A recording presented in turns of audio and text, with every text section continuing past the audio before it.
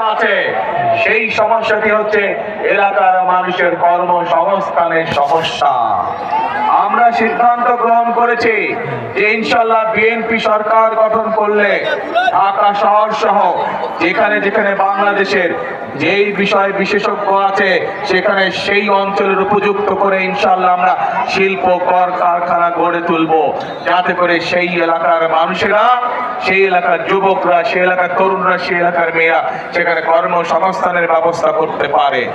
একই সাথে আমি খবর নিয়ে জেনেছি এই এলাকার মানুষ বিভিন্ন টেকনিক্যাল কলেজ এবং ভোকেশনাল ইনস্টিটিউশন চায় এলাকার যারা শিক্ষিত ছেলেরা আছে, মেয়েরা আছে, তাদেরকে দক্ষভাবে গড়ে তোলার জন্য।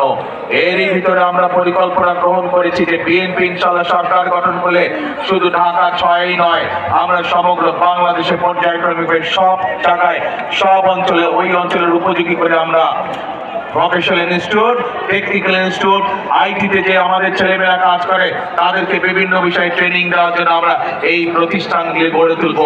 আমরা আমাদের ছেলেমেয়েদেরকে দক্ষ নাগরিক হিসাবে গড়ে তুলব, যাতে করে তারা দেশেই হোক বিদেশে হোক যাতে তারা কর্মসংস্থানের ব্যবস্থা করতে পারে।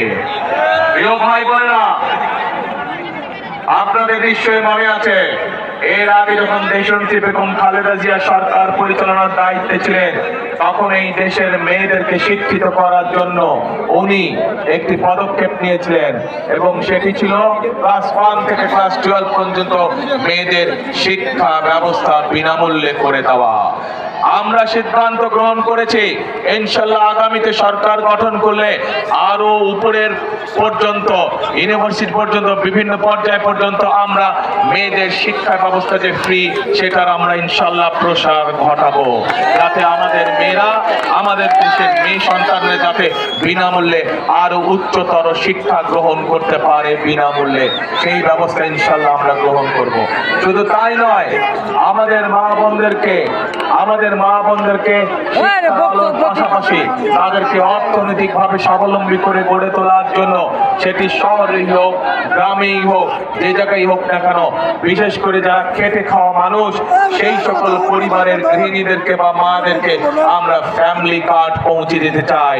যেই ফ্যামিলি কার্ডের মাধ্যমে প্রতি মাসে আমরা এই পরিবারগুলোর কাছে একটি সহযোগিতা পৌঁছাবো, যার মাধ্যমে ধীরে ধীরে এই পরিবারগুলো ইনশাআল্লাহ সামনে স্বাবলম্বী হয়ে গড়ে উঠবে। প্রিয় ভাই বোনেরা, একই সাথে বাংলাদেশের কৃষক ভাইদের পাশে আমরা দাঁড়ানোর সিদ্ধান্ত নিয়েছি। এখানে নিশ্চয়ই বহু মানুষ উপস্থিত আছেন যাদের বাংলাদেশের বিভিন্ন অঞ্চলের গ্রামে গঞ্জে পরিবার পরিজন আছেন যারা কৃষি কার্যের সাথে জড়িত এবং নিজেরাও হয়তো প্রত্যক্ষ না হলেও পরোক্ষভাবে হয়তো কৃষি কাজের সাথে জড়িত আছেন। আমরা সিদ্ধান্ত গ্রহণ করেছি আমাদের দেশের কৃষক ভাইদেরকে যেভাবে মা বোনদেরকে আমরা ফ্যামিলি কার্ড দেব, একইভাবে কৃষক ভাইদেরকেও আমরা একটি কৃষি কার্ড দেব, যার মাধ্যমে কৃষক ভাইদের কাছে আমরা কৃষি সংক্রান্ত বিভিন্ন সহযোগিতা সোজাসুজি ডাইরেক্টলি তাদের কাছে পৌঁছে দিব। এবং একই সাথে আমরা সিদ্ধান্ত গ্রহণ করেছি সমগ্র বাংলাদেশের যেসব কৃষক ভাইয়ের 10,000 টাকা পর্যন্ত কৃষি ঋণ আছে, সেই কৃষি ঋণগুলো আমরা সুদ সহ ইনশাআল্লাহ মওকুফ করার ব্যবস্থা করব। প্রিয় ভাই বোনেরা, আমরা আমাদের সন্তানদেরকে যেরকম লেখাপড়া শেখাবো, আমরা যেমন তাদের মধ্যে থেকে বিভিন্ন পেশার দক্ষ মানুষ গড়ে তুলবো, ডাক্তার, ইঞ্জিনিয়ার, আর্কিটেক্ট, উকিল, ব্যারিস্টার আমরা গড়ে তুলবো, একইভাবে আমরা আমাদের দেশে বহু প্রতিভাবান সে ছেলেমেয়েরা আছে যারা বিভিন্ন খেলাধুলায় পারদর্শী। আমরা সিদ্ধান্ত গ্রহণ করছি সমগ্র বাংলাদেশ থেকে আমাদের এইসব প্রতিভাবান বাচ্চাদেরকে বের করে নিয়ে আসবো এবং তাদেরকে আমরা দক্ষ খেলোয়াড় হিসাবে গড়ে তুলবো, পেশাদারী খেলোয়াড় হিসাবে তাদেরকে আমরা গড়ে তুলবো। প্রিয় ভাই বোনেরা, নিশ্চয়ই আপনারা এর মধ্যে শুনেছেন বিএনপি দেশ গঠনের জন্য বিভিন্ন পরিকল্পনা গ্রহণ করেছে। আজ একটু আগে যে বক্তব্যের মধ্যে আমি আপনাদেরকে বললাম যে 12 তারিখে নির্বাচন শুধু সঠিক মানুষ নির্বাচন করার দিন নয়, 12 তারিখ হচ্ছে একই সাথে আমাদের দেশ গঠনের নির্বাচন। প্রিয় ভাই বোনেরা, দেশকে যদি গঠন করতে হয়, এই যে যতগুলো সমস্যা আমরা এই এলাকায় শুনলাম, এই সমস্যাগুলো যদি সমাধান করতে হয় তাহলে আমাদেরকে সঠিক ব্যক্তি এবং সঠিক রাজনৈতিক দলকে বাছাই করে নিতে হবে। এই মুহূর্তে বাংলাদেশে যে রাজনৈতিক দলগুলো আছে সেই রাজনৈতিক দলগুলোর মধ্যে একমাত্র বিএনপি হচ্ছে সেই রাজনৈতিক দল যাদের দেশ গঠনের পরিকল্পনা রয়েছে। এই মুহূর্তে যেই রাজনৈতিক দলগুলো বাংলাদেশে আছে তার মধ্যে বিএনপি হচ্ছে একমাত্র রাজনৈতিক দল যেই রাজনৈতিক দলের কাছে মানুষের ভাগ্য পরিবর্তনের কর্মসূচি রয়েছে প্রিয় ভাই বোনেরা। এবং শুধু পরিকল্পনায় নয়, শুধু কর্মসূচিই নয়, বিএনপি হচ্ছে একমাত্র রাজনৈতিক দল যেই রাজনৈতিক দল অতীতে দেশ পরিচালনার অভিজ্ঞতা রয়েছে যাদের। বিএনপি ছাড়া এই মুহূর্তে আর কোনো রাজনৈতিক দল নেই যাদের দেশ পরিচালনার অভিজ্ঞতা রয়েছে। প্রিয় ভাই বোনেরা, আজকের এই জনসমাবেশে বহু মুরব্বী উপস্থিত আছেন। মুরব্বীদের খেয়াল আছে দেশ স্বাধীনের পরে যারা দেশ পরিচালনা করেছিল তারা কিভাবে দেশের আইন শৃঙ্খলা পরিস্থিতির অবনতি করেছিল। এই মুরব্বীদের সেই অভিজ্ঞতা আছে যে দেশ স্বাধীনের পরে যারা দেশ পরিচালনা করেছিল কিভাবে দেশকে দুর্ভিক্ষের দিকে তারা ঠেলে দিয়েছিল, ফলে লক্ষ লক্ষ মানুষ সেদিন না খেয়ে ৭৪ সালে মারা গিয়েছিল।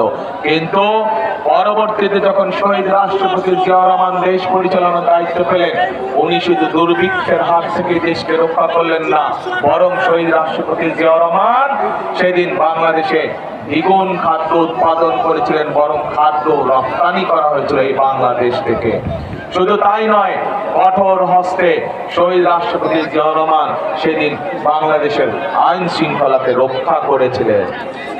প্রিয় ভাই বোনেরা, পরবর্তীতে যখন দেশনেত্রী বেগম খালেদা জিয়া দেশের দায়িত্বভার পান ৯০ স্বৈরাচার আন্দোলনের পরে, সেই সময় দেশের কলকারখানা স্থাপনের মাধ্যমে, দেশের জনগণের কর্মসংস্থানের মাধ্যমে আন্তর্জাতিকভাবে দেশনেত্রী খালেদা জিয়া বাংলাদেশের জন্য উপাধি নিয়ে এনেছিলেন এমার্জিং টাইগার হিসাবে।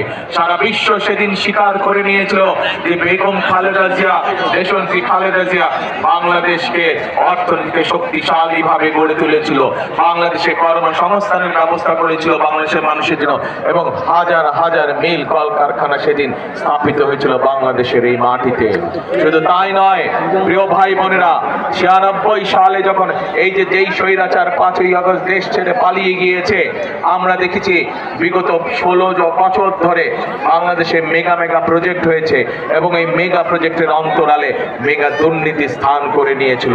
আমরা দেখেছি এই অন্তর্বর্তীকালীন সরকারের সময় মানুষের সামনে তথ্য প্রকাশ করা হয়েছে যে স্বৈরাচার পালিয়ে গেছে তাদের সময় প্রতি বছর $১৬ বিলিয়ন করে এই দেশ থেকে পাচার করে দেওয়া হতো।